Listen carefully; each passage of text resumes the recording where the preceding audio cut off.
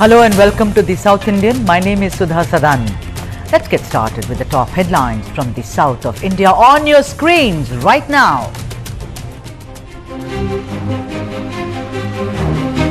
Telangana Chief Minister Revanth Reddy rejects rupees 100 crores offer made by the Adani Group for Young India Skill University.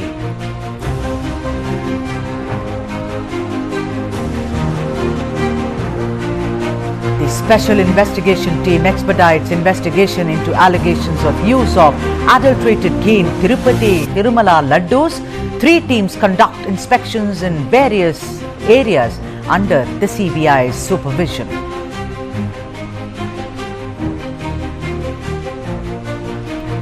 Police officers reached Director Ram Gopal Verma's residence after the filmmaker failed to appear for questioning in a case related to making defamatory comments on Andhra Chief Minister Chandrababu Naidu. Tamil Nadu legislators oppose scheduling of CA exams on Pongal, accuse centre of ignoring sentiments of majority of Tamils.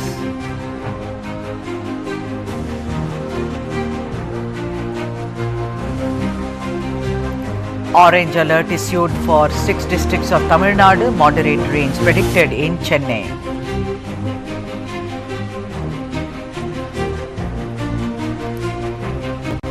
Hyderabad sees a spike in air pollution. AQI crosses 170 mark, the worst for the city this year.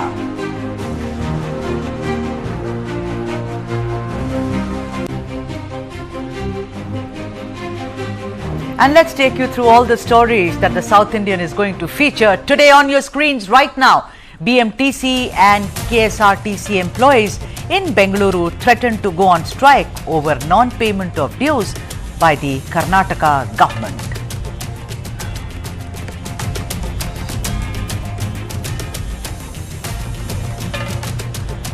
An exclusive interview with Minu Muneer. The Malayalam actor says she shall not withdraw complaints of sexual assaults.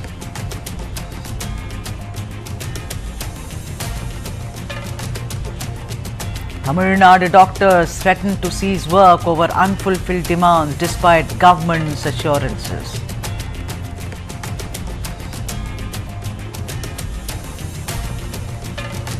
And the man of the moment, DK Shivakumar's strategic maneuvers lead Congress to victory in Karnataka by-polls.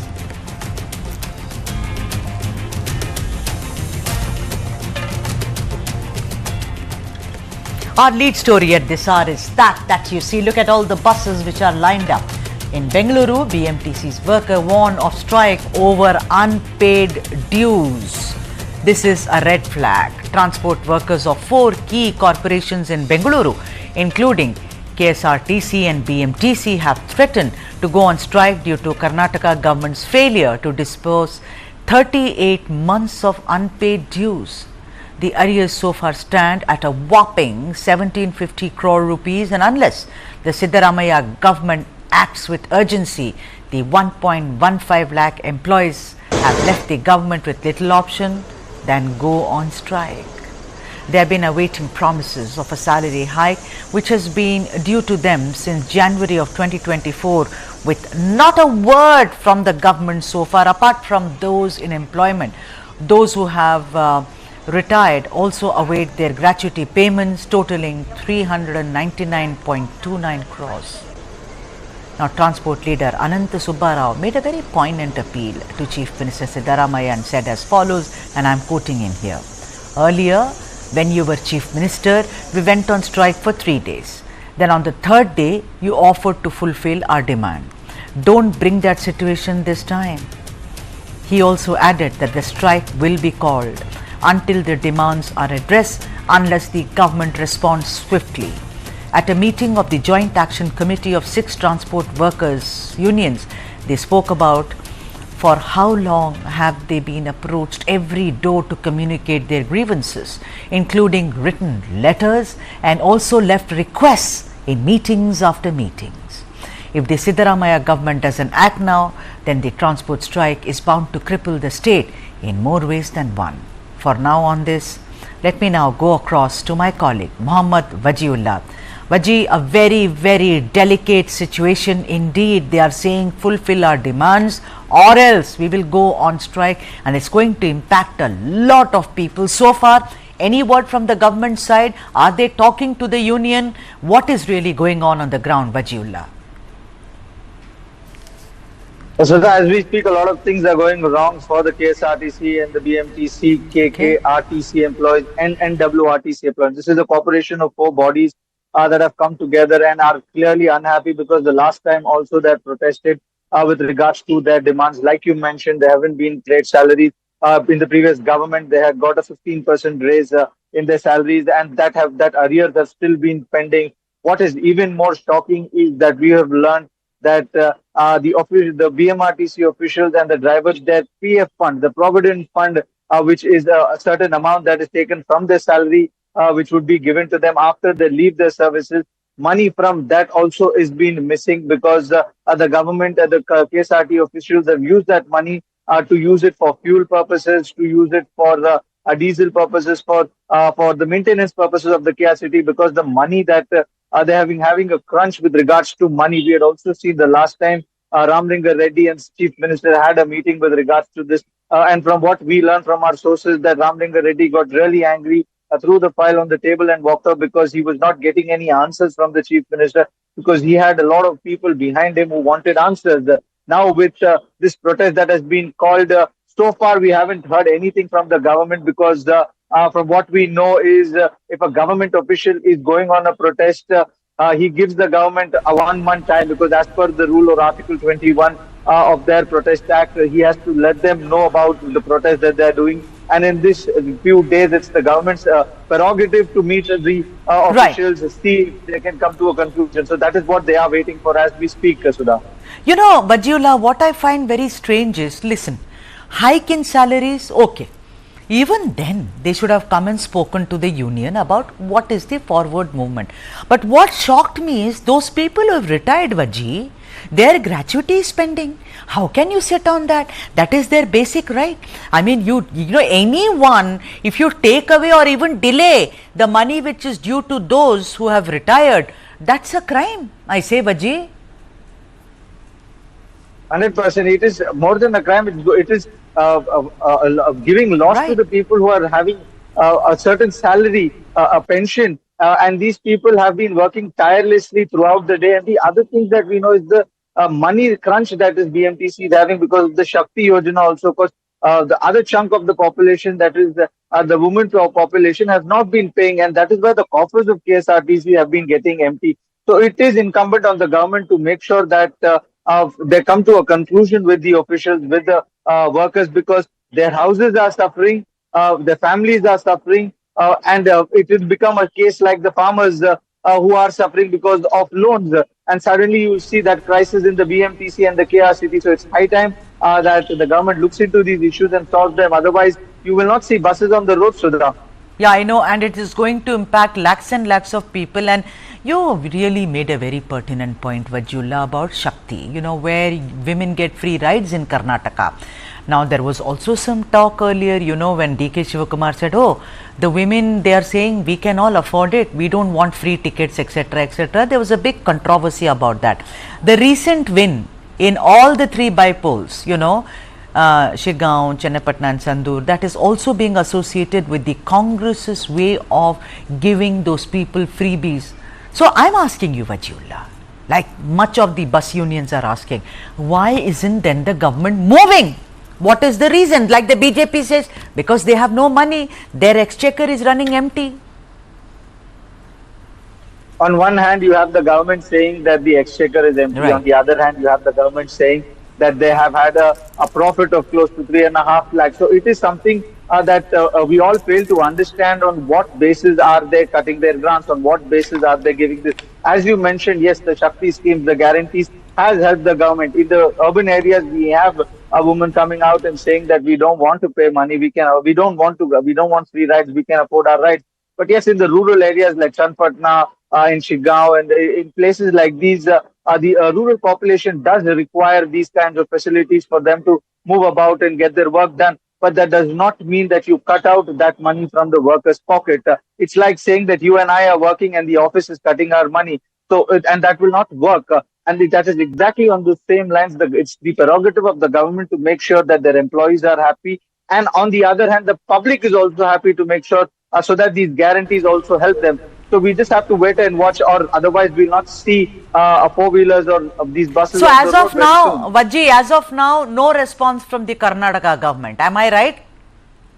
No response as we speak. And that is such a sad state of affairs. We'll keep a firm eye on this story, and my colleague Mohammad Wajiullah will bring you more details, because like he says, if the government does not blink, the buses are going to go off the streets of Karnataka. Wajiullah, thank you so much for joining us right at the top of the South Indian with this very important update on will the buses go on strike and cripple Karnataka's roads. And now let's move on to the next story, a very important story on the South Indian, an exclusive interview with actress Minu Muneer. The Malayalam actress says she will not withdraw complaints of sexual assault that she had made.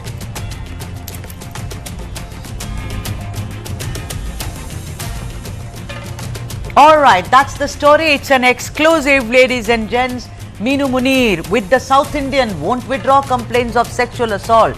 She says Malayalam actress Minu Muneer has taken a major decision. Just this Friday, that is the last Friday, the actress who had lodged a case of sexual harassment case against 7 individuals, including Malayalam actors M. Mukesh and Jayasuriya, decided to withdraw the complaints. Minu Muneer explained that the reasons for withdrawing complaints was that she wasn't getting enough support from the government and was rather mentally exhausted.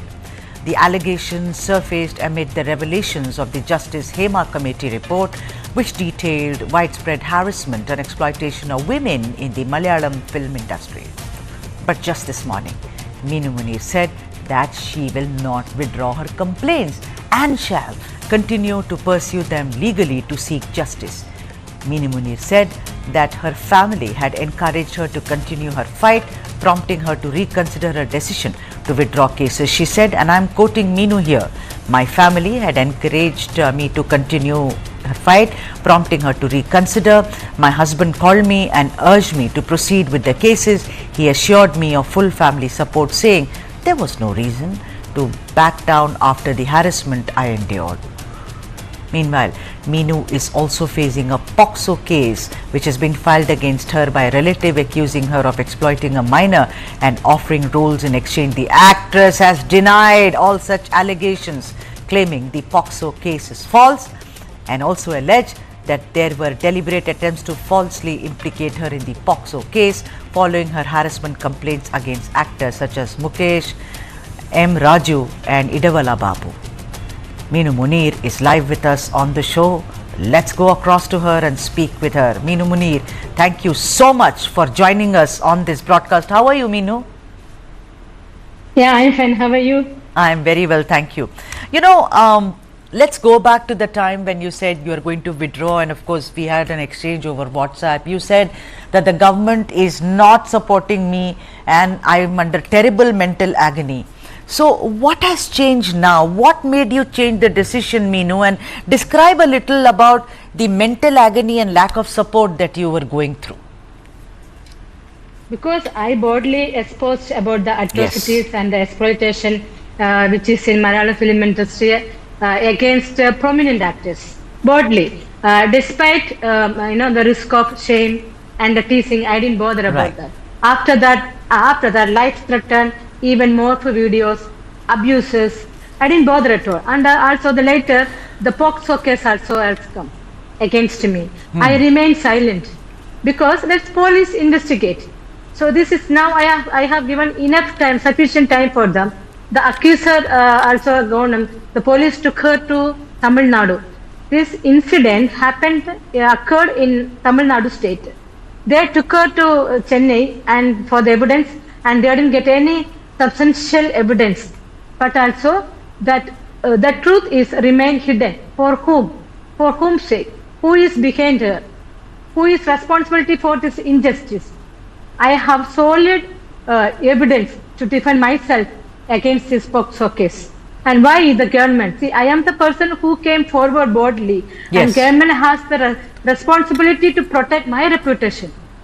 Now my reputation is severely damaged. Also, my family's, my children's friends also teasing, and so many things are going on. So I am least bothered about. I am still bold only. I don't want to step back. But why the government is keeping quiet? Why they are not taking an action, appropriate action against this false POXO case? That is my question. Right. So and you. This, Go on, Minu. Finish. The incident happened in Chennai 10 years ago, and the girl is staying in Kerala state. Kerala police took a 0 FIR case they filed against me. But why they didn't transfer to Chennai? This girl gave a complaint that she is working in Edgo company as a manager. That is not truth. Then she demanded that she is a CA holder. That is also not true. That means police didn't do proper investigation. Without proper investigation, they registered a FIR and false POXO case against me. So do you think So do you think that is the reason why you say the government is not cooperating? Because these are two different things, Minu Muneer. One is the false POXO case and how they've been harassing you, and the other is lack of support. When you talk about lack of support, just tell our viewers what has that meant for you, Minu. If lack of support means the government should see, now already she is taken to Chennai, they didn't get any substantial evidence. Now the government has to take action against this POXO girl who has who gave false complaint. Right. So tell me, and I want to know who is behind her. She didn't do herself. Right. This is either Mukesh or Edavala Babu or Jayasuri. Any of these people are behind her. Why the case is hidden? Remained hidden. That's why I'm asking. All right. Now, the truth is keeping remained hidden. Yeah. So you are saying that the actors you have allegedly complained against, they could be behind the foisting of the false POXO case. Okay. Minu, I also want to ask you. You said your family supported you. Your husband said, "What is there to be scared? You go ahead." But Friday you say that you're not going to go ahead, and Monday. What happened in these 2 days? What happened over the weekend? I was terribly annoyed, the mental agony about the YouTubers, they're spreading misinformation and they're tarnishing me like anything, and me, my husband and my children. I'm tolerating all this because I thought that I will get justice. Now it's already 2 months over. Government is keeping silent about this case. Even they didn't get substantial evidence also, they are keeping quiet. Then from HEMA committee member also, no one called me. Even from WCC, no one called me, and nobody, even the media is also keeping silent. Media also can ask them that POXO girl, madam, what is the case? What is the case update? They can ask. All are quiet. Then I thought, for whom I should fight alone? Why should I? I am getting so much, more videos, life threat and everything. I am suffering alone, and nobody is supporting. All are just sitting and watching the game. They are waiting to see my arrest. Right. So I felt so isolated. So then I thought that all the culprits escape. Right. Because government is not with me. The SIT. Then that time the SIT which is formed, Minu Muneer, they said start work. They have spoken to 26 people. They are going ahead. Do you think you could, have they told you that you have to wait your turn, that we are, there are so many people to be interrogated, Minu Muneer. So don't you have any hope on the SIT? I heard that. But one thing, in SIT, they should have autonomy, because no one should interfere in there, because they should be free from external interference, including political influence. Then they will do miracle. I can't say. All right. Let me also ask you about the WCC. See, the WCC, Women in Cinema Collective, was formed with the express purpose of revealing how much sexual harassment is there in the Malayalam film industry. You mean to say there are only women there, well-known actresses, sound recordists, producers, directors? No one has spoken to you? Have they totally isolated you? Is this what it means to not support a woman in the Malayalam film industry? I am shocked, Minu Muneer. Really, I'm also shocked. What is this going on? I wanted to run away from this Kerala. This even I feel very bad about this government. That's why I thought of give up all the cases. Here, justice is not going to happen. I feel SIT is with me, and the police people also with me. They have good support with me. I know, but what is going on the politics, because the MLA, but people will try to help MLA who and also who was in a good position and all. And we are ordinary women. I don't think I will get justice. So I thought that why should I simply hear? And also government is also not taking action about the YouTubers. They are too much abusing. It is too much. It's beyond limit. They should take action. They should remove the content, which is not fact. All right, but what about, finally, before I let you go, Minu Muneer, what about work? Has it impacted the kind of offers you're getting? When it happens, when you stand alone, directors, producers, they don't want to take you in cinema. Has that happened with you also? Yeah. That is sure. I don't want. I don't want also. Yeah, because I can act in Tamil Nadu, Chennai. I can act in Telugu, but I am not ready to act in Malayalam because nobody will, everyone isolated me because I told all the truth what is inside Malayalam film industry. Some girls are very compromised. One Swasiga girl, she also abused me in the social media. That is, I disclosed this for the sake of money. She is also an artist. She should never tell that. Right. So like this, in the film actress itself abusing me. Yeah, which is so sad, but such a brave woman you are, Minu Muneer.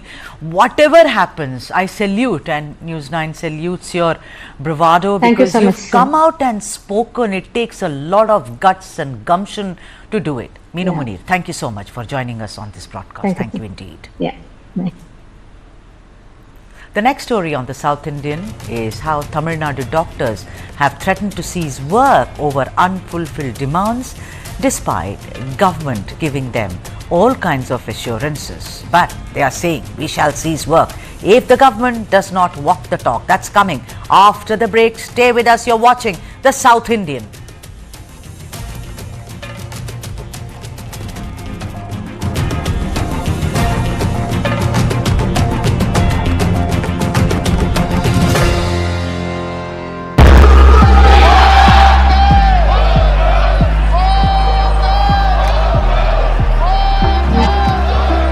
Truth.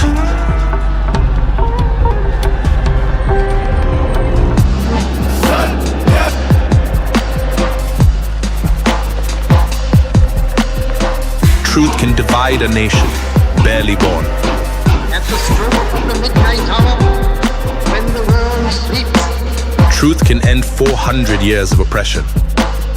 Truth is never forgotten. India will awake to life and freedom.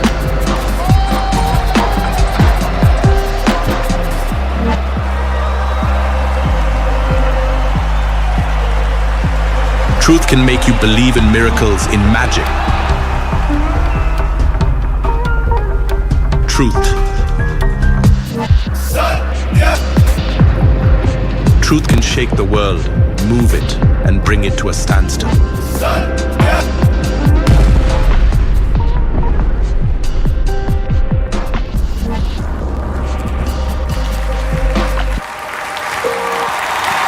Because truth sets you free.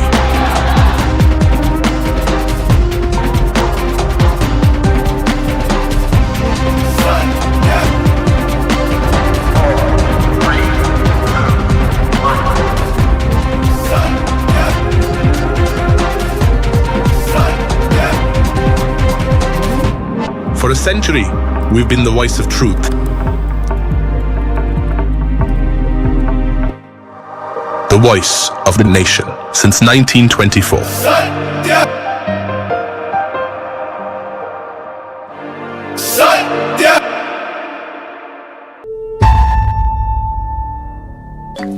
Hi guys, I'm Neen and we are back again with yet another episode of Love It, List It.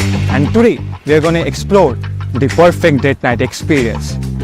You're wondering, what about my date? Well, it's not about me today. It's about you and your special night with your special someone. So let's go and explore the most amazing, magical experience that you can have with your favorite person. So let's go, come along with me and have best night of your life. So, come on. Hi everyone, I'm Neil. Sorry, wait.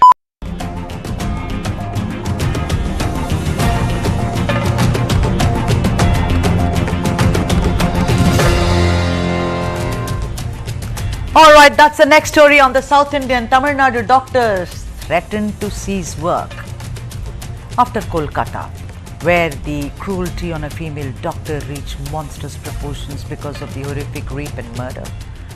Chennai woke up to yet another similar incident of violence against an oncologist, Dr. Balaji, who was stabbed multiple times on the 13th of November by the son of a cancer patient who was enraged at the alleged lack of treatment for his mother. The doctors went on a sit-in protest but later relented after the Tamil Nadu government gave them assurances. Several people came: Health Minister Ma Subramanian, Muka Stalin, Udayanidhi Stalin. But you know what? It seems like most of the demands have not been met, and that's the reason that the doctors across Tamil Nadu are yet again threatening to go on a strike.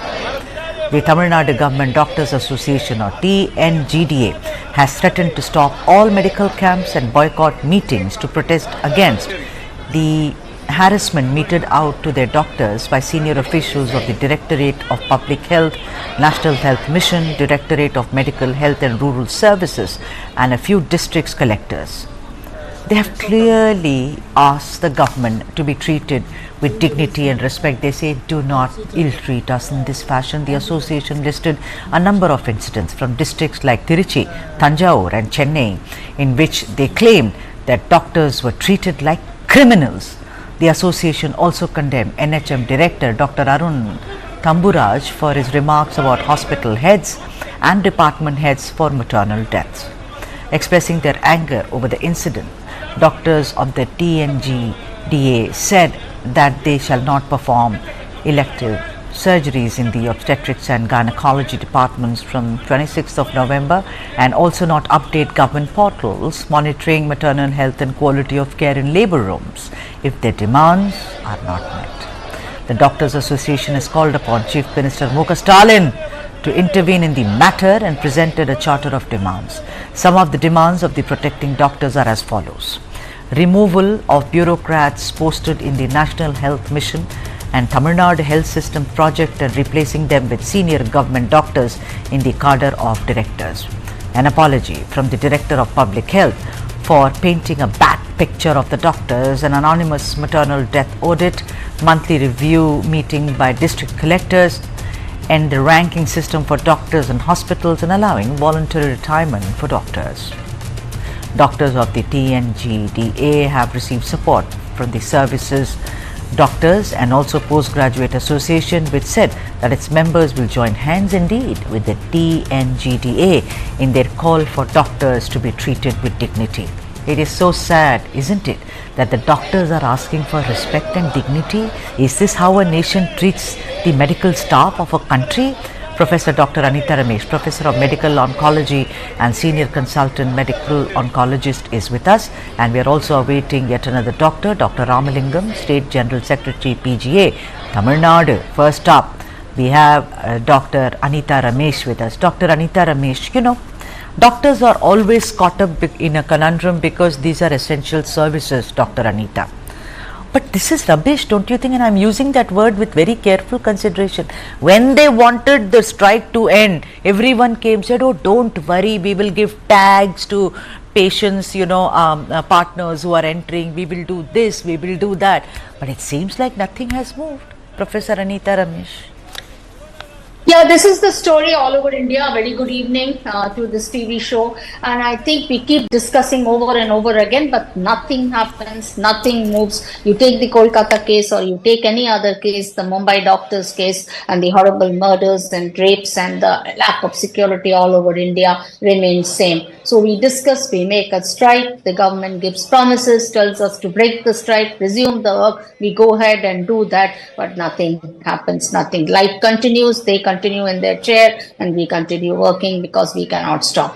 But this should not happen. Some reform has to take place, some security has to be given in the workplace where we are working at this point of time, and that has to be implemented without, say, the ministerial level, they give rounds, they go, and then they don't do anything. So that is very, very bad what is happening. Crime continues, violence continues. Next month you will see another violence on TV. We all sit down, we discuss, but nothing happens. I know, but Basically. at least we are discussing it. We are not, you and I are not keeping quiet about it, Professor Ramesh, because this has to be again and again spoken about. Only then maybe the government or the authorities will move a little.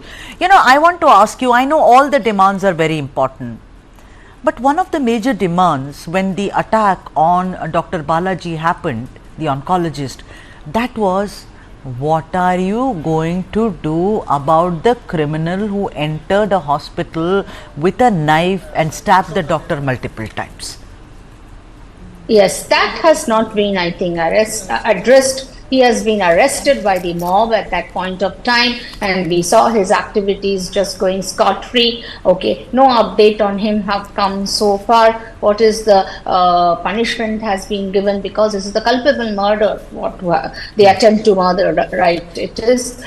So we are not aware of it. Neither it has come in the public domain, and all I think is under the table now moved into it. So actually we don't punish even for the Archicor case. We don't know the culprit till date, and we have not got any that needs capital punishment. But this is also a culpable homicide, murder punishment should be given. That never comes up to the front. Many of the papers and all will be hidden, and we will not get justice again in this All right, case. I also and want I think to... Dr. Balaji also on. is also trying to take legal help, as much as I heard, and the commission has been made, a couple of our colleagues has been appointed to help him in the medical legal aspect, because he also wants to fight it out, and because the patient now had a PET CT done and she's free of cancer.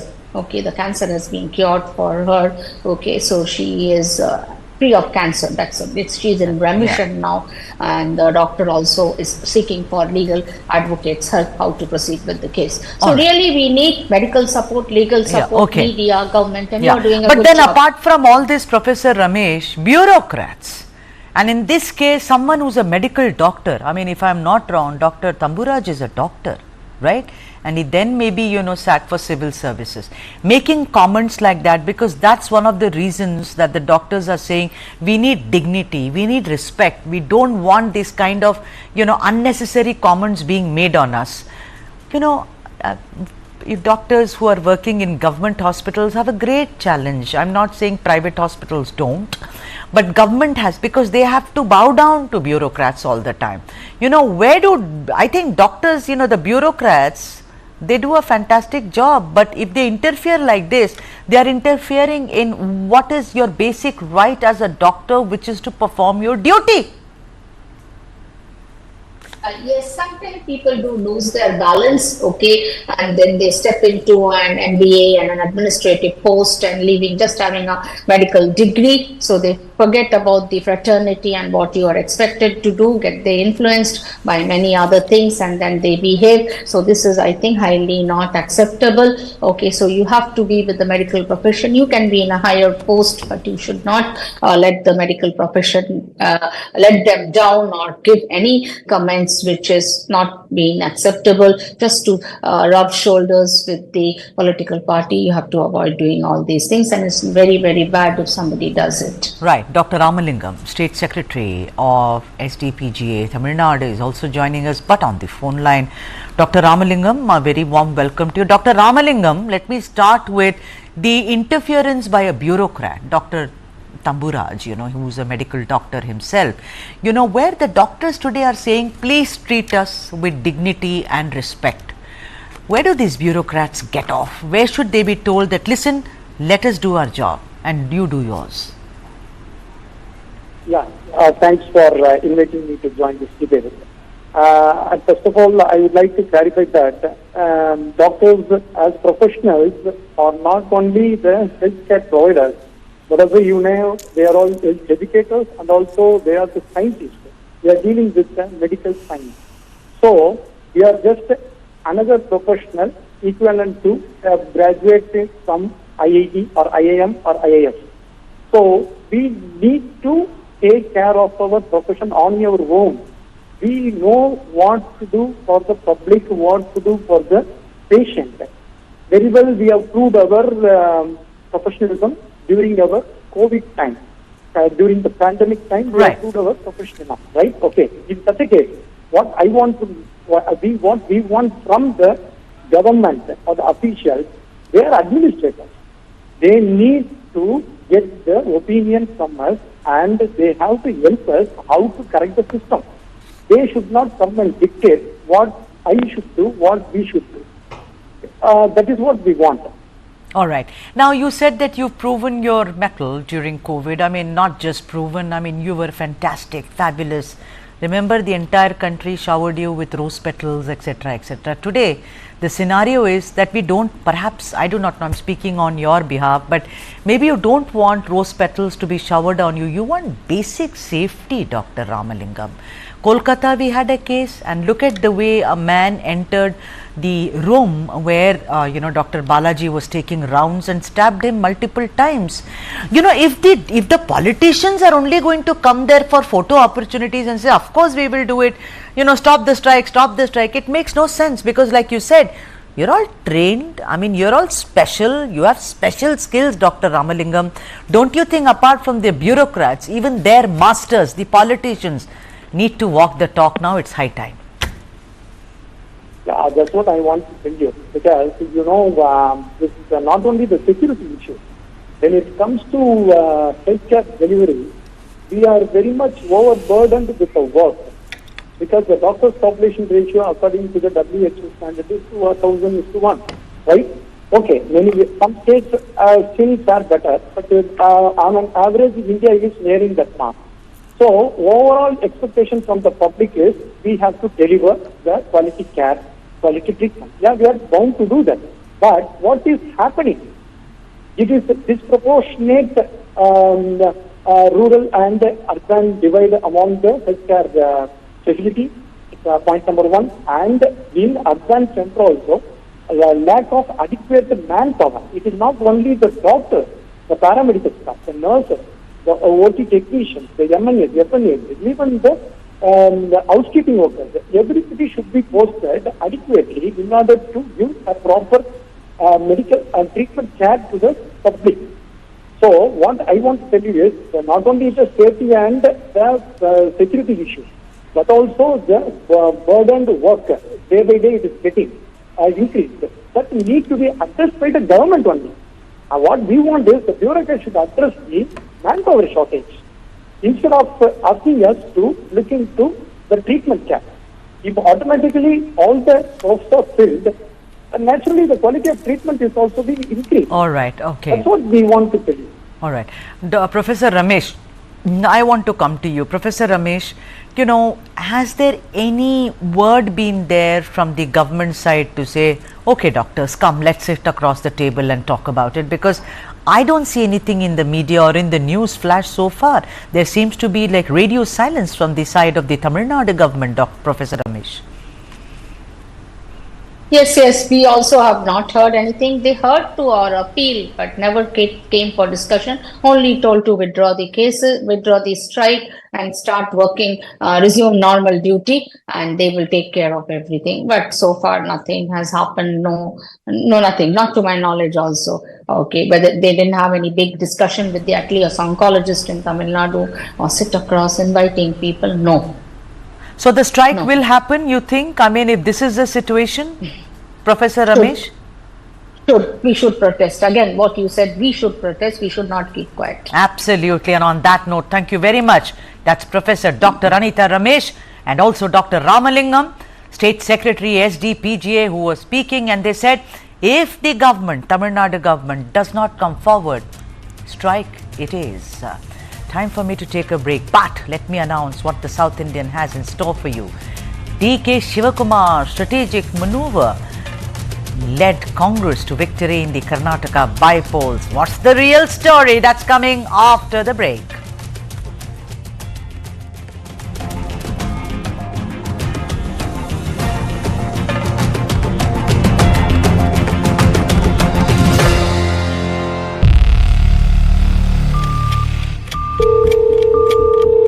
Hello.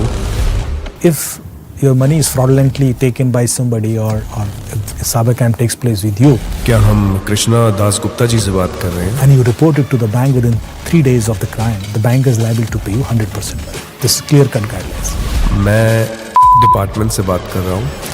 If you report it within 7 days, the bank is liable to pay you 50%. And if you report it in 21 days, I think 25% or something. और हमने ये देखा है कि आपके आधार card से एक SIM registered हुआ है यहाँ. If the person gives information within the span of 3 to 4 hours, 100% recovery can be done. I personally have seen a lot of cases where 100% recovery has been done. आपका SIM use हुआ है, illegal activities हुई हैं उस SIM से. Oh my God. Madam, you are also involved in the Naresh Goyal money laundering case.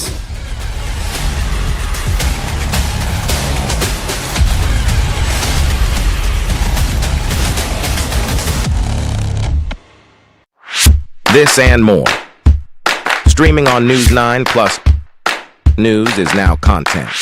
Subscribe and get free vouchers. India and Lithuania have had diplomatic relations since 1992. It took us years to discover the potential of each other, so I'm very happy to have a counterpart with whom we work together. Well, India has everything of its own. Aadhaar 2 stage will have a little bit of Lithuanian technology. Lithuanian lasers could be an important component of your success. सब कुछ समझती हूँ लेकिन इससे अच्छी तरफ सीखना चाहती हूँ. India is my karma bhumi, it's my second home, and I have to say it's just the beginning. This is The Diplomat.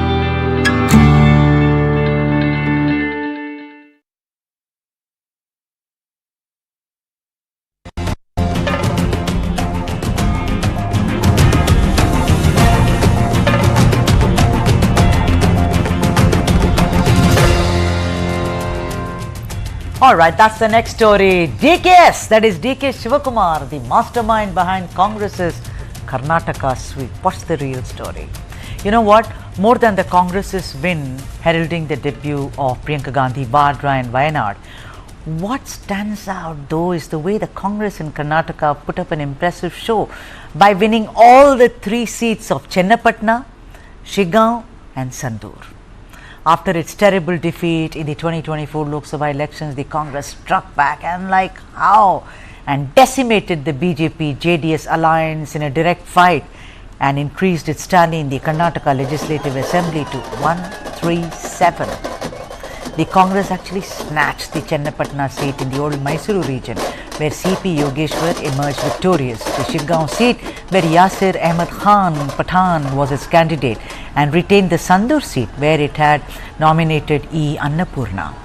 For Deputy Chief Minister and KPCC President, ably assisted by his brother DK Suresh, the reclaiming of the Vokkaliga bastion in the old Mysuru region reads like a film script which is full of drama. It is to the credit of Shivakumar that he could get CP Yogeshwar on his side and made him quit the BJP and ignore all pleas which were made by the JDS. The JDS was rather smug, as the Gowda family had a kind of tight hold over the region dominated by Vokkaligas, but the jump by a sure shot winner like Yogeshwar made them taste defeat, and like how. The win in the 3 seats orchestrated by the DK brothers, as they are called, DK Shivakumar and also DK Suresh, is now being held up as an example where they began work in August and saw that there is micromanagement at the panchayat level. Also contributing to the Congress win is the bitter infighting within the BJP and also between alliance partners BJP and JDS. DK Shivakumar said as much, and I am quoting him here. People of all parties helped us. Congress had only 16,000 votes in the previous assembly polls. It increased a bit in the parliamentary polls. Several JDS and BJP leaders have also helped us. Otherwise, we wouldn't have got these many votes. Is this the beginning of DK Shivakumar's rise to occupy the CM's chair? Does it also mean that it is DK Shivakumar who is now the king of kings? Let's debate. Vijay Grover, senior journalist, we are awaiting for him to join us. Meanwhile, we have BS Arun, senior journalist and political analyst with us. Arun, hi. Thanks for joining us on the broadcast. Arun, you know, they say, I mean, I'm not going to verbatim kind of quote it, but then failure has no father, success has many. So the thing is that so far as DK Shivakumar is concerned, don't you think that although they were battling Muda, Valmiki, you know, the sacking of a minister for the first time in their cabinet, and also several other kind of allegations, it is to the credit of DK Shivakumar the way he snatched victories in 3 bypolls. Yes, very much. It's a huge boost for the Congress government, the party, and also for DK Shivakumar. As you mentioned, the ruling party was battling several of the charges, especially the corruption charge, and also as you mentioned, the decision of one of the ministers. So, in the backdrop of all this, winning 3 seats, including that of the high-pitched battle of Chennapatna, not very far from Bangalore, I think has really boosted the image of both Shivakumar as well as the Congress party. At the same time, BJP and the JDS, the partners in Karnataka, they have received a serious setback, not just to the alliance, but also to the personal prestige of many of its leaders, especially former Chief Minister and the current Union Minister, H.D. Kumaraswamy, State BJP President Vijayendra. So these are some of the things. You just mentioned about the Congress figures. Congress, polled just 15,374 votes in the last 2023 elections, and in just 1 year, it has increased its number of votes to almost 1 lakh by almost 1 lakh.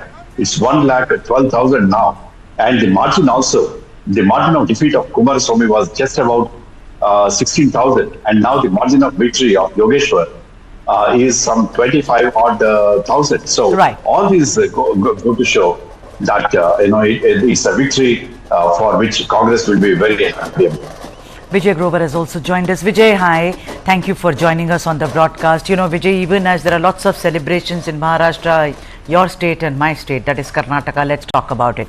We're talking about how the man of the moment is DK's senior and DK's junior, the DK brothers, as it were, the way they worked at grassroots level, the way they kind of, took everyone along at the stage of the panchayat, everything. We were just, Arun and I were just talking about it. Vijay, I want also to focus on the infighting in the BJP.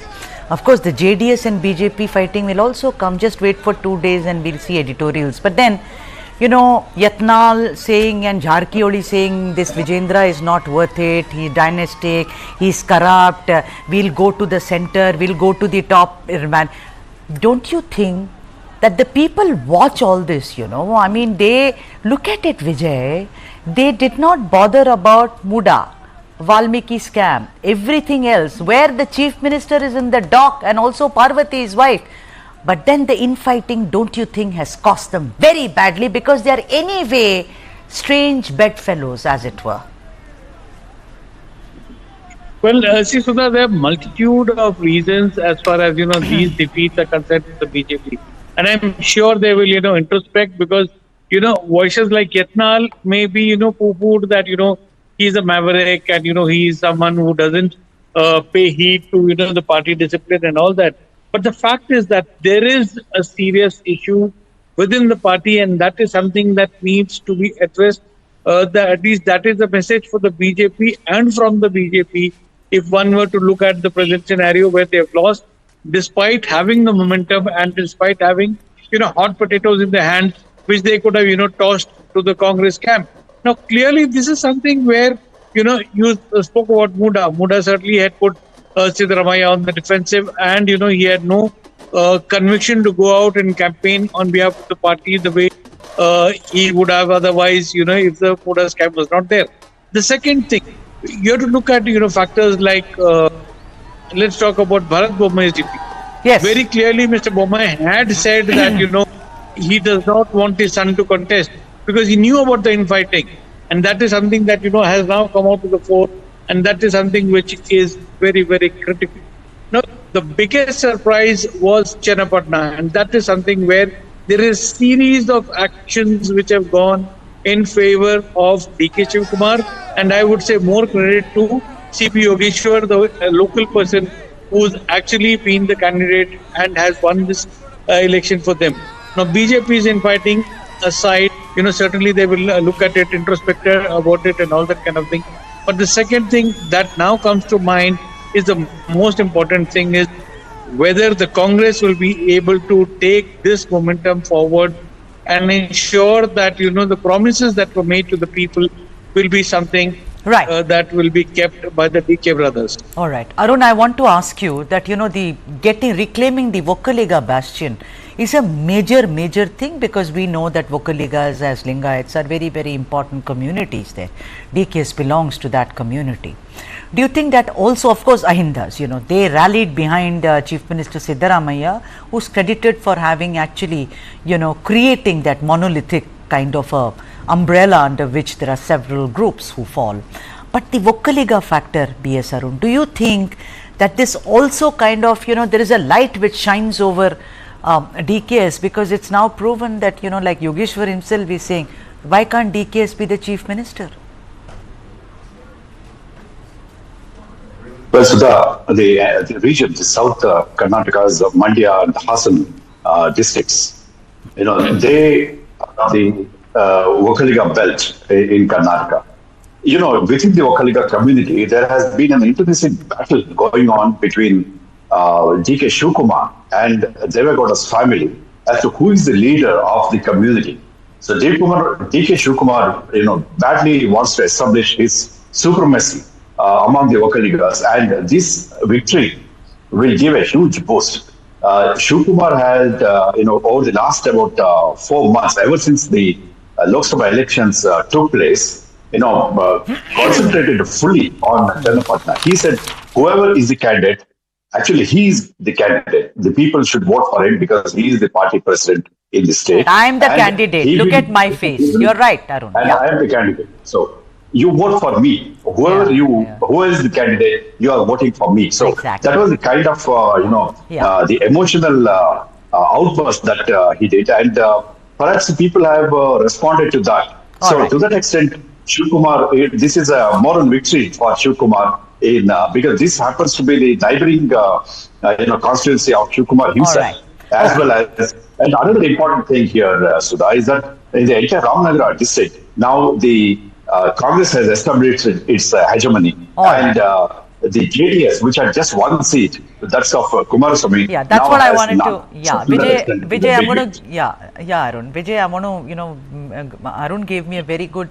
point. Vijay, I want to ask you: is this the beginning of a divorce between BJP and JDS? Do you think they are a strange couple now?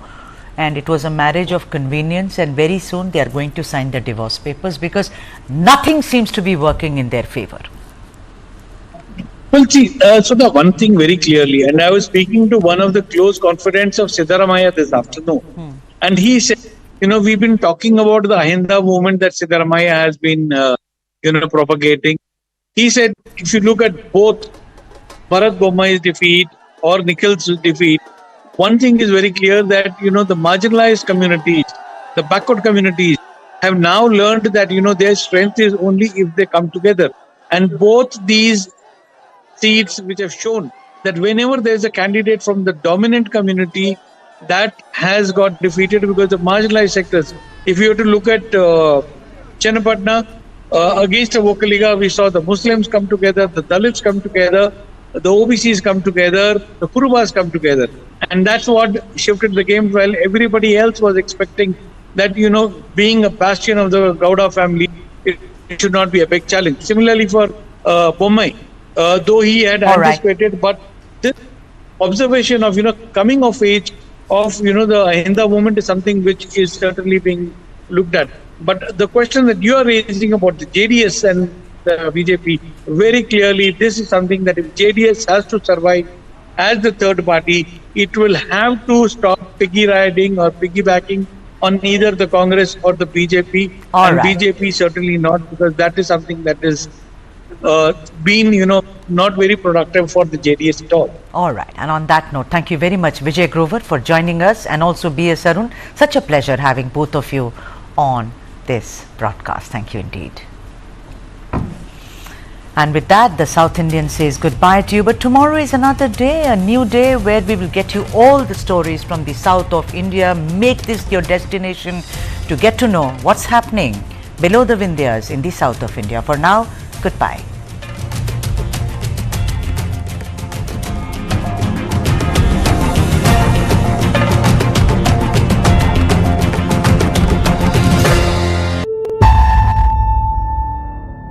It's your girl Pranvi back with another episode of Love It and List It. रुक जाओ, मैंने एक बार आपको देखा था बीच में guys and बहुत ज़्यादा फंबल मारा मैंने इस एंड में. Hey, what's up guys? It's your girl Pranvi and welcome back to another fun episode of Love It List It. Today we are at a dreamland for anyone who is saving dates for the upcoming weddings. And today, I'm going to try on some gorgeous lehengas, sarees and suits for you guys.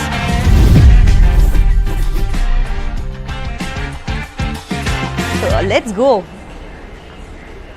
बंद नहीं करा मेरा camera. I'm Manoj Mitta, a journalist who co-authored a book titled When a Tree Shook Delhi.